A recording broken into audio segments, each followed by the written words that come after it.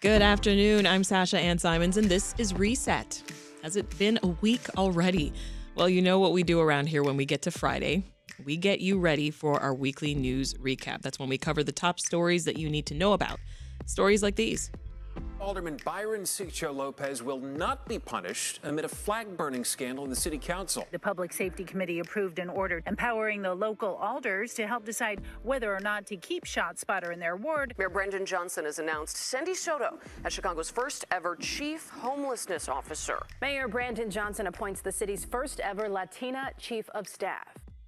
Let's meet this week's world-class panel of local journalists. Brandis Friedman is co-anchor of WTTW's Chicago Tonight and host of Chicago Tonight Black Voices. Welcome back, Brandis. Hey, thank you. So good to be here. See you. You as well.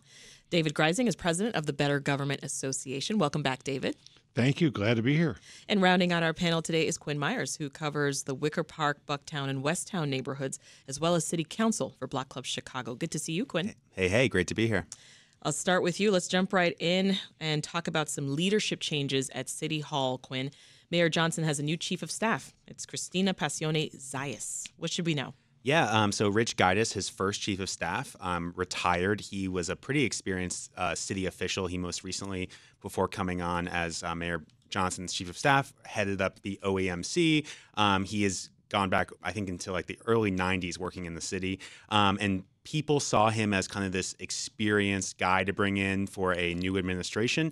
He retired on Monday, and Cristina Passione Zayas, his deputy chief of staff, has assumed the role. For anyone who pays close attention to local politics, though, she is not a new name. She was a state senator, and before that was pretty, vocal about issues in Humboldt Park, Logan Square, where she lives, and I think grew up, and also, was a voice on education. Worked in the Erickson Institute, if I'm correct there. So she is, and as you mentioned in your clip, she is the first Latina to be a chief of staff for the mayor. Yeah. But she's definitely someone who is, I think on the Brandon Johnson team or on the campaign of sorts, whereas Rich Gaitis, I don't think was necessarily as much of that person. So it's going to be interesting to see what changes or what doesn't at City Hall. Brandis and David, is this signaling Johnson's continued commitment to his progressive agenda? I would say yes, and the and part is he was also seen, Gaitis was seen as a connection to kind of the establishment power structure in the city of Chicago, business community and others. He had worked closely with, say, the business community because he was in charge of the NATO meeting in Chicago, the Obama Grant Park celebration, et cetera. And so it's a loss for the mayor in terms of being able to connect with constituencies where his connections, I think, are somewhat still in development. Let's put it that way. Well, she was in charge of the city's response to the migrant crisis, Brandis, although the Johnson administration's really come under a lot of criticism. I think clearly this states that the mayor's happy with how she handled it. Apparently, it sounds like an endorsement of how she's handled that. The city is probably going to continue to take some criticism over this either way, I think. And I wonder to some degree if that was always the plan, because the way my colleague Heather Sharon is reporting it is that, Gaitis and Cristina Passione Zayas were sort of a package deal at the beginning. And is this seen as sort of a taking the training wheels off a little bit, right? Like Gaitis had all of that experience.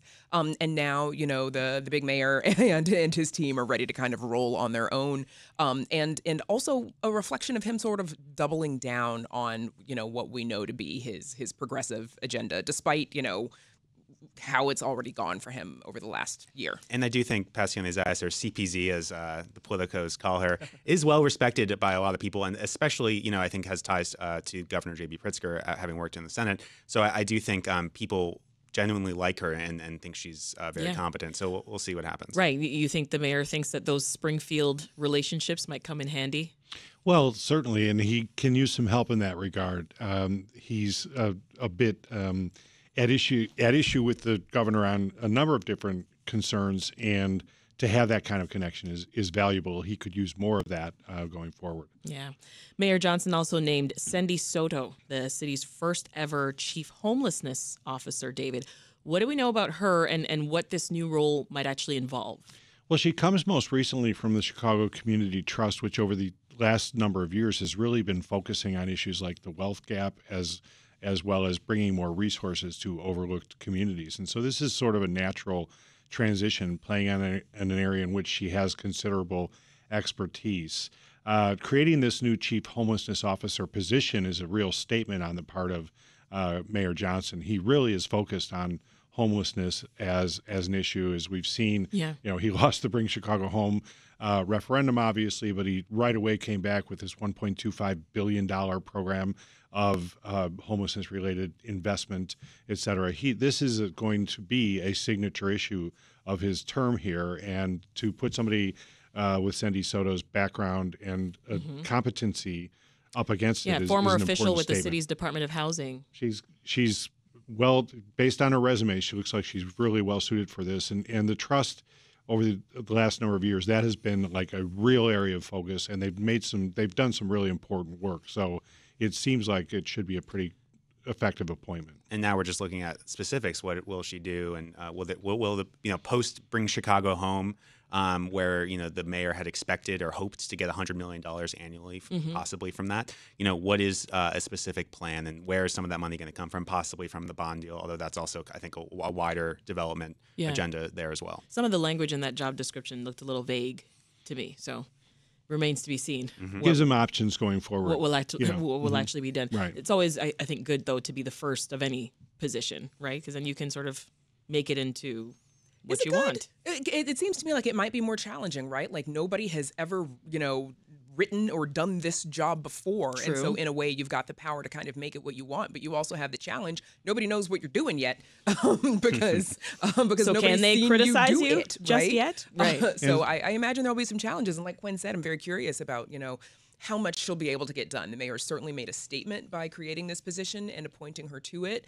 But I look at some of those first-time jobs, positions like that, and how much are they actually able to accomplish? Because folks aren't necessarily ready for them. It's worth noting, too, this position is being funded in part by the Chicago Funders Together to End Homelessness. It's a philanthropic support for this position. To be effective, you've got to be able to work with the philanthropic community, so that's a real advantage. Will be an advantage as she defines this new role. But as with J.B. Pritzker paying his staff out of his own pocket in addition to their salaries, it does raise questions about, like, whom are you serving? I hope it's clear to her that she's got to be serving the mayor, who is her boss, and not get too confused by other inputs she might be having. Yeah. This is Reset. I'm Sasha-Ann Simons. If you're just tuning in, we are breaking down the biggest stories of the week with a panel of first-rate journalists. We've got WTTW's Brandis Friedman, David Greising of the Better Government Association, and Quinn Myers of Block Club Chicago. Let's turn now to the city council, Brandis. There was drama involving Alderman Byron Sigcho Lopez this week. Drama. When is there ever not drama? Okay, occasionally they get away with being kind of drama-free. I haven't seen it. I mean, Not this term. I mean, let's be honest. Some of us kind of live for it. Like, there's a Garrett's downstairs. Let's get some popcorn and talk about city council.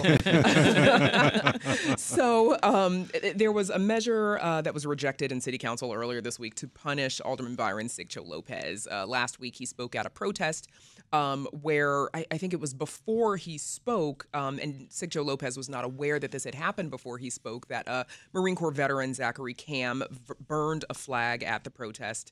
Obviously, a lot of aldermen very upset over. There were images that were shown of him speaking, and there ended up being a lot of confusion about what actually happened and what the alderman said. And so, and fill us in on what you know. I mean, who was at this March 23rd protest, and where was the flag burned exactly? So I'm not 100% clear on where the flag was burned, but the protesters were calling for an end to the war in Gaza. They were also denouncing President Joe Biden. They were saying that the Democratic National Convention should not be held in Chicago in August when that happens. So there was that, right? But then at the city council meeting this week, Zachary Cam, he tried to speak, but he had not signed up and won the lottery to be able to speak. And I think it was Alderman or Alderwoman Maria Haddon suggesting to her colleagues that they are careful about what they tweet and what they say and a lot of the back and forth. And so, the measure to remove him from, what was his position as chair of the housing committee? Yeah, housing and real estate, I believe. Yeah. That one failed by 16 to 29. So, there's. Well, let's hear from the man himself. In a passionate speech on Monday, the alderman both apologized while defending the veteran for exercising his First Amendment rights. That if in any way, shape, or form my actions have offended anyone, especially veterans, I'll take full accountability. But not once, by no means, I'm going to condemn a veteran for using his First Amendment right. So he's not going to blame a veteran for using his First Amendment right, but that's not how many of the alders saw it. Well, right? I think, there was the flag burning and then there was the group itself and who these people are. And I think after the initial flag burning pushback, the kind of focus of the criticism went against this, the group of protesters and some things they were calling for, ending the DNC or not having the DNC here, calling Joe Biden Genocide Joe for the U.S.'s support of Israel. And I think, criticizing American empire, pretty, interesting criticisms. And I think, some aldermen were offended or said they were offended by some of this, this rhetoric. But I do think that was this really about what happened, or was this about trying to take down Byron Sigcho Lopez, an ally of the mayor, a very outspoken alderman? I think the Sharks smelled blood here, and they thought maybe they could score some political points. And I don't know if they did. The measure failed pretty decisively. Yeah, the vote and the public comments were pretty raucous, including Sigcho Lopez was called a traitor, right? He was, and it really kind of devolved on social media, which is how it kind of started. A few people tweeted images of this, and then there's kind of a really intense back and forth that, as Maria had noted, spilled over into city council. And she, in that message, she said, "Hey, we all have cell phones. Like, did we really have to have a whole city council meeting to deal with this? Couldn't we have iron this out?" And Chris Taliaferro, who kind of sponsored this or was part of it, he said on the council floor that he actually sat down with Sigcho Lopez and they came to a kind of understanding, and he's actually not going to support this anymore. So maybe that could have happened without any of this playing out in the public eye. I don't know. David, do you see the defeat of this resolution as a win for the council's progressive caucus? Well, I would say so, and it's also interesting if you compare it to the Carlos Ramirez Rosa somewhat similar situation, different situation, but also a vote of repudiation by the council against one of its members, in which the mayor actually had to step in. It was a 24-24 tie. Mayor had to step in and save his ally, although he had. Ramirez Rosa had to give up his floor leader position, which was very significant. In this case, yes, it was a resounding save. Sigcho stays in his position. The vote was so strong. Yeah, I think it's an effective pushback against the resistance, saying no. What he did, maybe he made a mistake. Maybe he should have known the flag was burned if he really didn't know it, Sarah. But it comes, I think, progressive caucus. So you got to score it as a win. So what are your thoughts right now then, David, on the atmosphere overall at City Council and how this international story that both Brandis and Quinn mentioned, the war in Gaza, how it's having its local impact at City Hall? Well, the war in Gaza has become a dominating issue within City Council politics, which is quite interesting because I'm not sure the stake of the Chicago City Council per se in that issue, but it does show the fractiousness of what's going on in council right now and fractiousness within council and viewpoints, not to mention the public's interaction, which the Gaza protesting has led to the mayor to very mistakenly at one point really try to basically limit public access to council meetings and such. And it does show also this political change, this progressive caucus flexing its muscles and even not always being completely allied with the mayor, as we saw after the loss on the Bring Chicago Home referendum, the progressive caucus saying, maybe we've made some mistakes. Maybe we haven't been communicating very effectively about what we would have done with this extra $100 million a year or something, which is absolutely completely off the script of what the mayor was saying after that loss. And so it's a topsy-turvy kind of mixed up world at City Council these days. Goodness. All right, well, let's stick with City Council, Quinn. Let's talk about a measure that advanced that would let alders decide whether to use Shotspotter technology in their wards. Get us up to speed on that. Shotspotter back in the news. It seems to never go away, huh? No, it doesn't. The gift that keeps on giving. Won't even leave the neighborhoods, it turns out. Yeah, seriously. Well, so this is the gunshot detection technology that Chicago has used, I believe, in about 12 police districts, mostly on the south and west sides. It's pretty controversial. It's supported by police, many police, and many neighbors, honestly, who see it as a unique tool to bring police to neighborhoods where there may not be 911 calls, that sort of thing. But it has a lot of criticism over its efficacy. Is it worth spending all this money? And it has there have been some reports that show it's maybe not as effective as the city and the company certainly would like it to be. So, Mayor Brandon Johnson promised on the campaign trail to do away with the Shotspotter contract. He did, after a kind of extended political situation this winter, did do away with it, said we're going to extend it. And then actually we're going to extend it a little more because they didn't necessarily have the contract lined up. It was kind of a kerfuffle, I would say. Anyway, long story short, it's supposed to go away. It's still on track, perhaps, to go away later this fall. But alder people, even Brandon Johnson's supporters, a lot of them on the South and West Sides really like Shotspotter. Pat Dow, Chris Taliaferro, who is his police and fire chair, Jason Irvin, they all spoke at this hearing on Monday in support of creating some kind of measure to basically give control of Shotspotter to city council. I talked to the sponsor, Alderman David Moore, and he basically said this measure is to force a vote, a city council vote on whether or not we should keep Shotspotter, and also provide a whole slew of reporting data.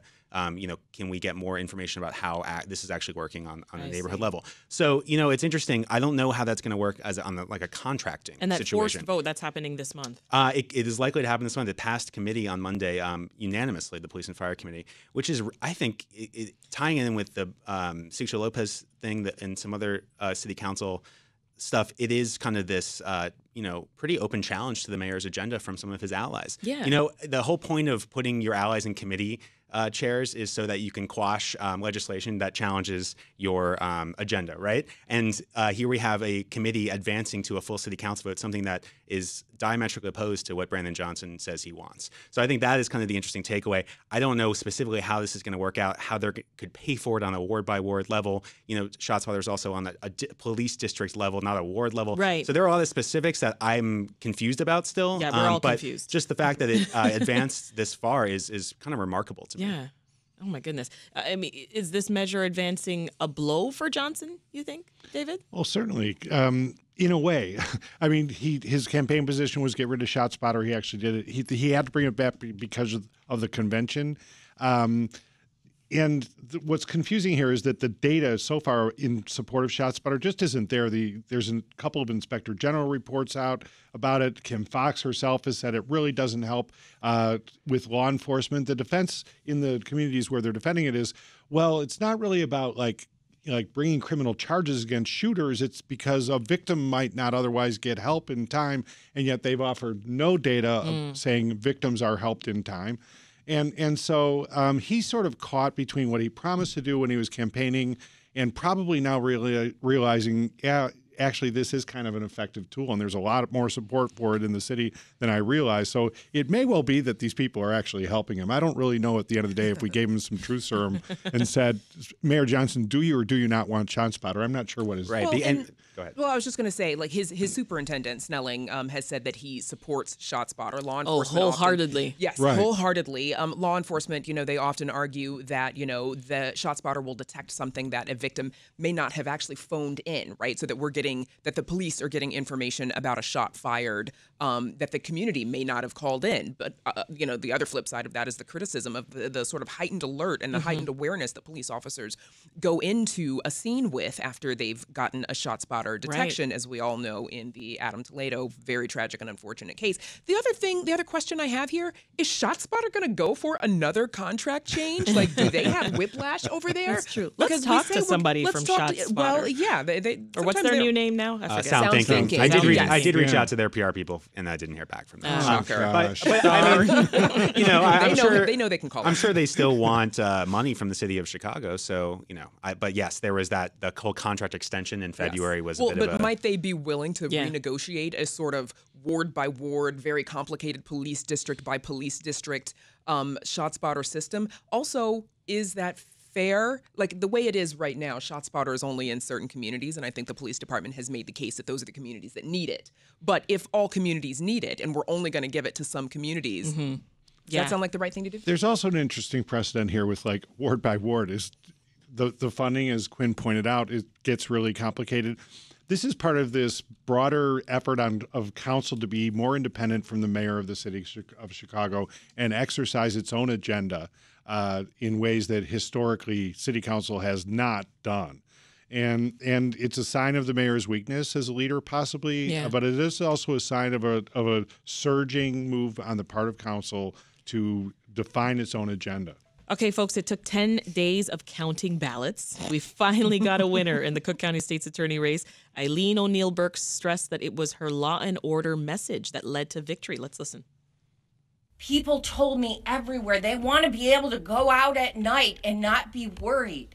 They want to ride on a safe public transportation system. People want illegal guns and assault weapons off of our streets. Those are all things we all want. ONeal Burke narrowly won against Clayton Harris, who had the backing of the Cook County Democratic Party. So, Quinn, your thoughts on how she won and how Democrats are now reacting? Wow, well, what a close race, 1,500 votes. Yeah, that was tight. One of the closest races in recent memory. And I wrote so many stories over the 10 days of, well, we don't have a winner. I bet. Clayton Harris has narrowed his lead just a little bit, but ONeal Burke is still winning. So, when it was called on Friday, I breathed a sigh of relief, not for the winner, just so that I could stop writing about it for now. But yeah, so, sigh of relief for you. Exactly, for myself. I thought it was really interesting that she's, kind of touting her law and order bona fides there, while also saying in her kind of victory speech this week and in an interview I did with her, it's not right to call me tough on crime. She's trying to kind of walk that line. And I find that a little curious, but because I certainly think the way that she won over voters and beat the Cook County Democratic Party, who endorsed Clayton Harris, is by being the tough on crime law and order candidate in that race. In the grand scheme of things, is she that person? If I don't know, but certainly compared to Clayton Harris, that was how she modeled herself. Mm-hmm. And we talked about the retail theft threshold. She wants to lower that to $300, although said there would be some exceptions and some nuance there.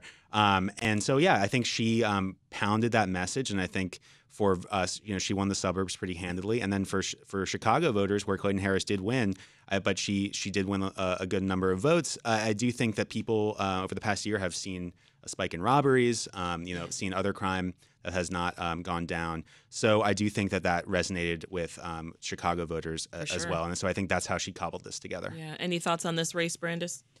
I, too, am glad that it is over. And I mean, shout out to Quinn Myers over here also. Just we were talking about this in the green room and like the number of stories how that did you figure out a new headline for every or new photos? We had to keep swapping in new ones. Yeah. Hopefully you've got good copy editors. A new lead. We still don't know. I'll be, if she, of course, goes on to the general and then should win the position, I will be curious to see. I think, in the last, 8 years of the Kim Foxx term, we have seen a progressive prosecutor, right? Like, taking, for example, the $300, and we keep talking about this a lot, right? Like the $300 threshold at which to prosecute retail theft crime. Kim Foxx raising that to $1,000 before she'll, and instead prosecuting those that are under $1,000 as a misdemeanor instead of a felony. That's just one example, of sort of a progressive move and a prosecutor sort of taking matters into their own hands with regards to, how much are we locking people up? Yeah. And so I will be curious because like you said, Quinn, she's sort of walking back the I'm not tough on crime, which again, I do, because even in that clip that you just played, there's some tough on crime messaging there versus restorative justice. Though she says that she believes in restorative justice programming as well because she has seen them work. So I'll be curious that if she gets elected, I'll be curious to see how much of that she implements. And I do think, I think her and Clayton Harris, I don't actually know how different they were as candidates. I do, I think they had to draw some lines to try to win over voters. I think that's what happened. But, I actually don't know how different their policies and platforms were in this campaign. They probably weren't very. All right, let's steer the conversation over to the financial district in the Loop.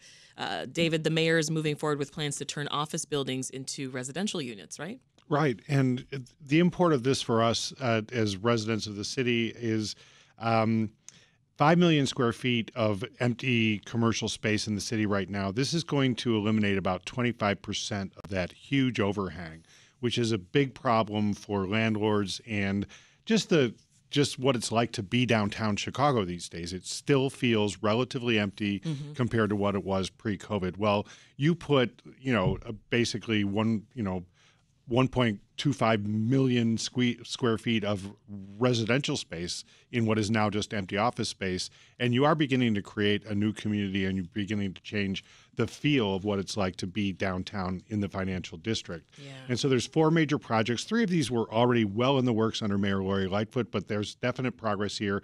And what's interesting is that Mayor Brandon Johnson, who ran against TIFs, tax increment financing, which favors developers as part of his campaign for mayor, is pulling out the old TIF toolkit and applying it quite ambitiously towards these projects. It's going to go into basically right on LaSalle. It literally is LaSalle Street, and it's going to become kind of a new neighborhood. And it's going to happen pretty much on a fast track. The idea is to get it done, to construction to really begin as soon as all the financing can be put in place.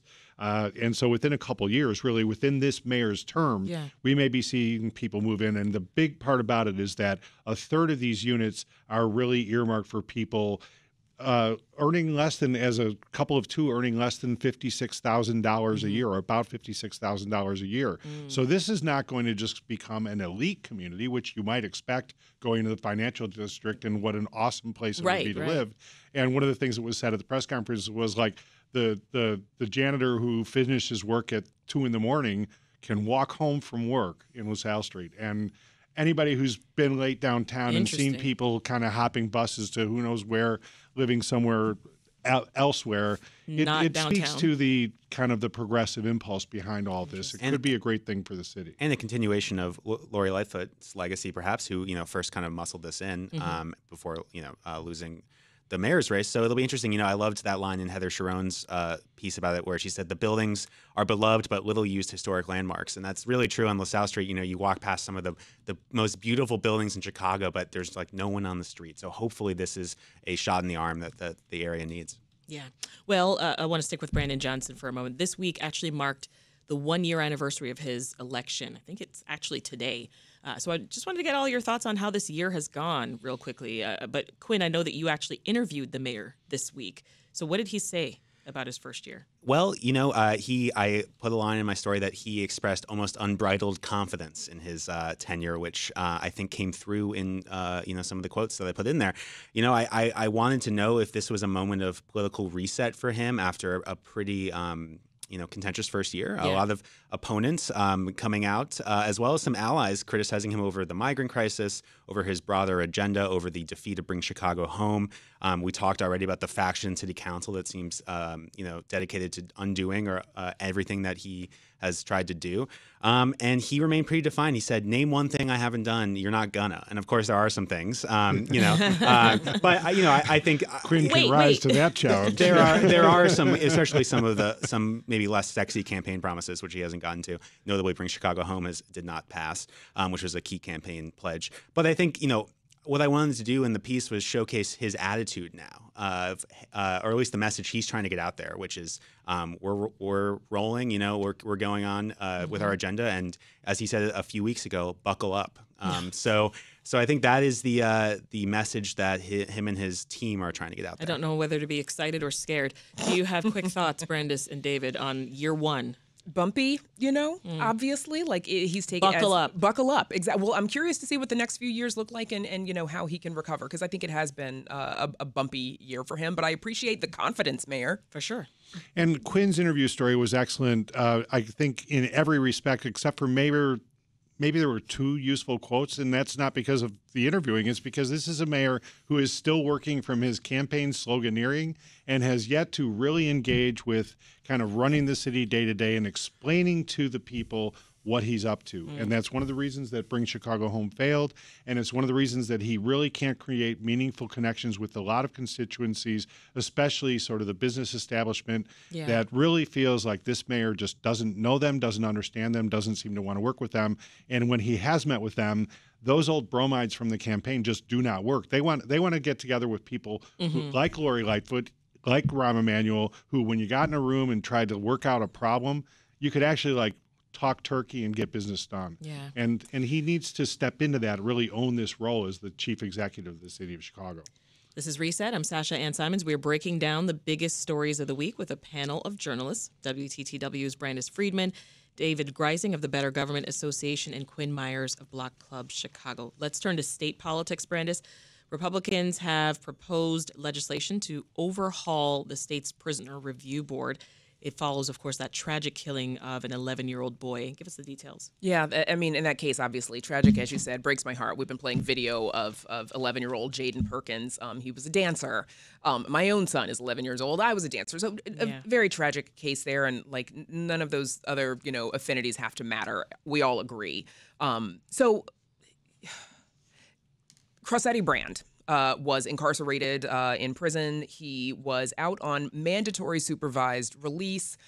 He allegedly violated that. There was a hearing before the Illinois Prisoner Review Board to decide whether or not to revoke that release, which it is not parole, which a lot of folks in Illinois don't know. We don't actually have parole in the sense that most people are used to it existing, though we do have a little bit of parole. Different story entirely.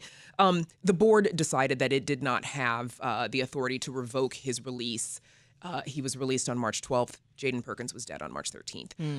And so Republicans, in response, believe that there needs to be a lot of reform at the board, because the other thing that happened at the Prisoner Review Board is the chair resigned, as well as Leanne Miller, one of the board members who was on that 3-board-member panel who voted on the Brand case.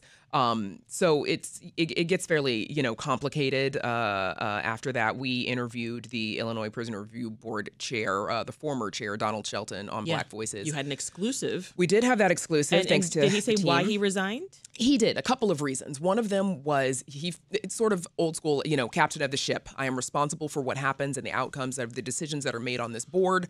And therefore, when a tragedy, something like this goes so very wrong, I, am taking responsibility and stepping down partly for that reason, because he also says that he trained a number of the members of the board as well. But his second reasoning got a little bit more political. Governor Pritzker released a statement about the resignation of Leanne Miller. And in his statement, the governor, alleged that the domestic violence victims were not given the consideration that they need and that they deserve.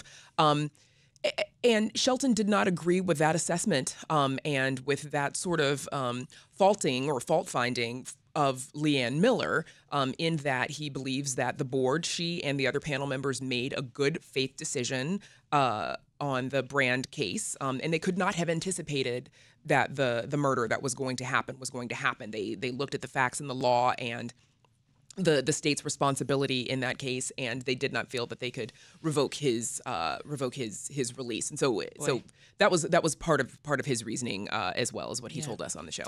I want to squeeze in another story here with you, Brandis. Illinois lawmakers are also asking questions about the governor's proposal to consolidate early childhood programs. What are their concerns exactly? So their concerns are, obviously, the governor is asking for, I believe it's about $13.1 million in this proposed budget for the upcoming fiscal year to fund the new Department of Early Childhood, as you mentioned. And the governor's office says that would cover some initial startup costs, hiring staff, computers, software licenses, that kind of thing. So get going. But there's concern about whether or not this is just going to create a new bureaucracy. How much more money is this going to cost, and how is that money going to be spent? And is that money that could otherwise be spent directly on the services that need to be provided to early learning and to young children? And David, state lawmakers continue to work on Illinois' pension problems. What's the latest? Well, some bills were moved out of committee on the House side just this week with regard to fixing what's called Tier 2 of the pension system.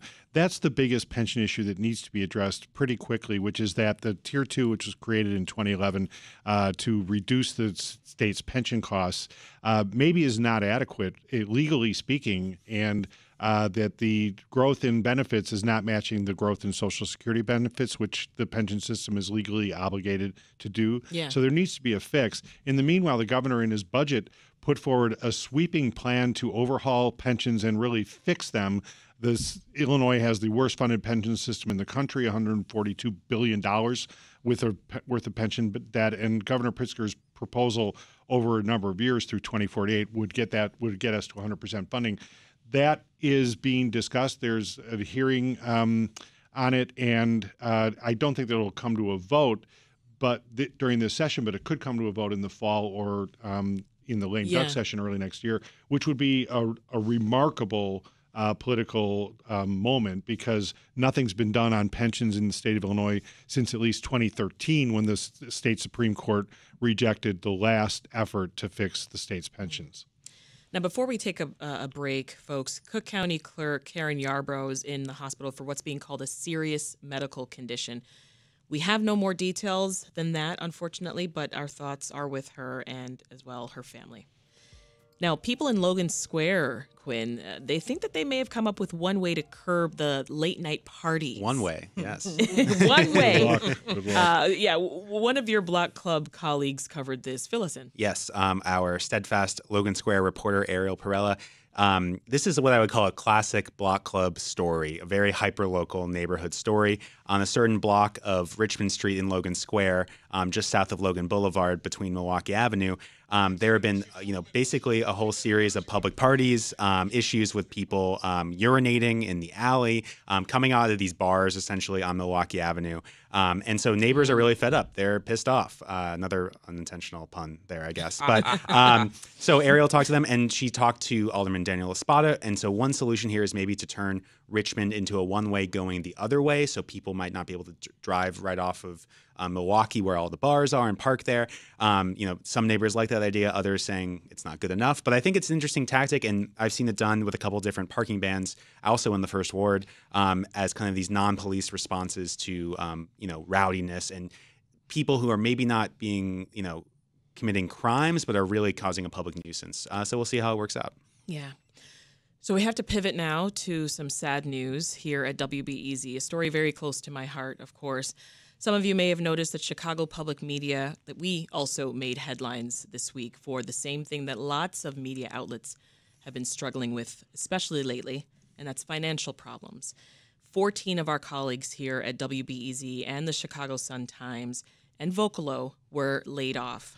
David, I know that you've done a lot of work looking into the challenges. As I said, this has been happening. This has been facing our media industry. And I'm hoping that you can sort of join me in this here and sort of share what you've learned and include that tidbit that you've written about, which is a state task force examining how to help local news survive. Right. This is a symptom of a national problem that is affecting not just our access to news and coverage of news, but also just the very fabric of our democracy. And despite these layoffs, and it's very unfortunate that some people had to lose their jobs, but this is against the headwinds of the broken business model of journalism. And what's going on at BEZ and the Sun-Times is one effort of several here in the city to fix that broken business model. And a few years ago, $61 million of philanthropic support was put behind this effort. Yeah. And the BEZ and Sun-Times are trying to figure out their model, just like Block Club is building from the ground up an incredible and successful model that's being watched nationally. Mm-hmm. The BGA is a nonprofit, and we raise money, and we're trying a new journalism initiative that focuses on solutions journalism in addition to our traditional investigative reporting. So these are growing pains or saving the industry pains that sometimes happen. The statewide task force is very important because it has proposed a series of measures that would help bring money not just to in the city, but statewide. Yeah.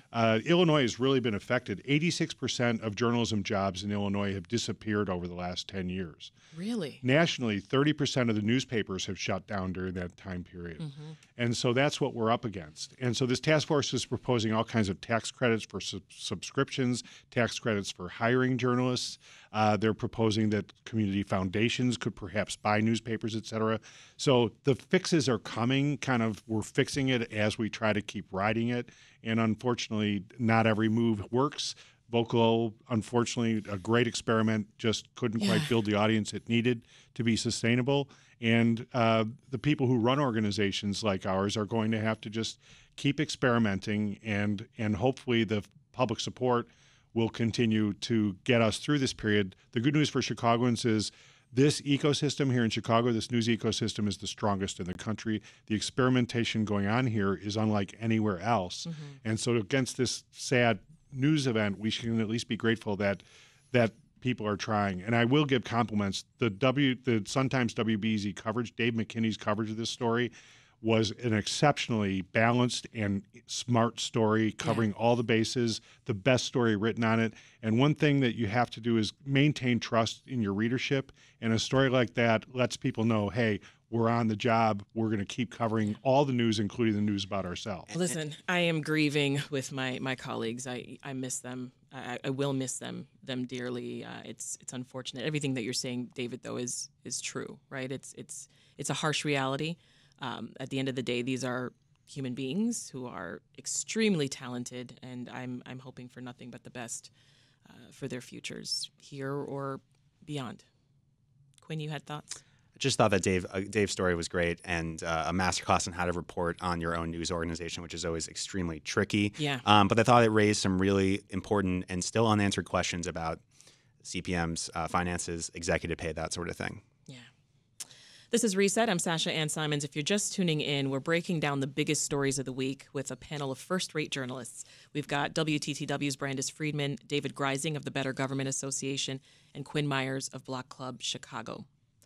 All right, a lot of the news so far has been about as gloomy as that weather outside of our windows. So I think it's time to take a look on the bright side. Shall we? It's getting better, too. I think I see some blue sky out there. I haven't seen outside. And that's firsthand reporting from some first-rate journalists. Firsthand reporting. We went from world-class journalists to first-rate journalists. I think both things can be true. Okay, all right, that's true. Both things can be. Yes, okay. And, David. Yes, and. So, okay, let's start out this good news section with news that has classical music lovers celebrating. So after a multi-year global search, the CSO, the Chicago Symphony Orchestra, announced that its next conductor and musical director will be 28-year-old Finnish conductor Klaus Makela. When he takes over the podium in 2027, he'll be the youngest ever music director in the history of the CSO. That's pretty darn cool. It's a real change for the history of this orchestra, which has kind of been that job has been kind of a career achievement award. George Schulte, Daniel Barenboim, Riccardo Muti. These are people who would establish themselves as global maestros, and now we've got somebody under 30 running the CSO. That's quite interesting. I love it. I love it. All right, other good news. For the first time in 100 years, the Chicago River will soon be open for swimming. 500 swimmers are taking part in the Chicago River Swim on September 22nd. Have you all signed up? I'm sure you have. You know, I am maybe open to it. I swim in the lake a lot, and yes, there's a significant difference between the lake and the river. But I was like, who's going to tell him? But I do think I would possibly be open to trying it. I would want a shower nearby, so like right afterwards, or maybe like a chemical wash or something. But I'm not against it, and I think if it brings attention to the river ecosystem, that is probably a good thing. Doesn't this seem like a remarkable environmental milestone, though? Are we missing that point? It does sound like that, right? But I mean, Quinn's got more faith than I do. Like, I'm not that big on swimming. Like, I can swim. I'm not swimming in the lake unless I'm at the beach necessarily. But like Quinn said, I hope this does, sort of draw attention to the environment of the river and improvements that have been made, but also improvements that remain. Do you think the river is safe to swim in, David? I go back to the original Mayor Daley saying one day people will be fishing and eating from the river, and I guess maybe swimming for a little while with your mouth closed. You could do it. We've got a ways to go, but it's amazing when I see people out kayaking on the river, and just the way with the Riverwalk, the way the river has become a centerpiece of the city, and it used to just like kind of stink to be near the river. So we're definitely making progress. Listen, we're now a source of inspiration for other cities who may be looking to clean up their waterways. Or put floating hot tubs. What happened to the hot tubs? Did we ever get an update on the hot tub still boats? Around? Were people actually doing that? Yes, they were. Did it take off? I believe they were. Talking to you, friends at Axios. They sure were. All right, more good news. 4 Chicago restaurants are finalists for the prestigious James Beard Award.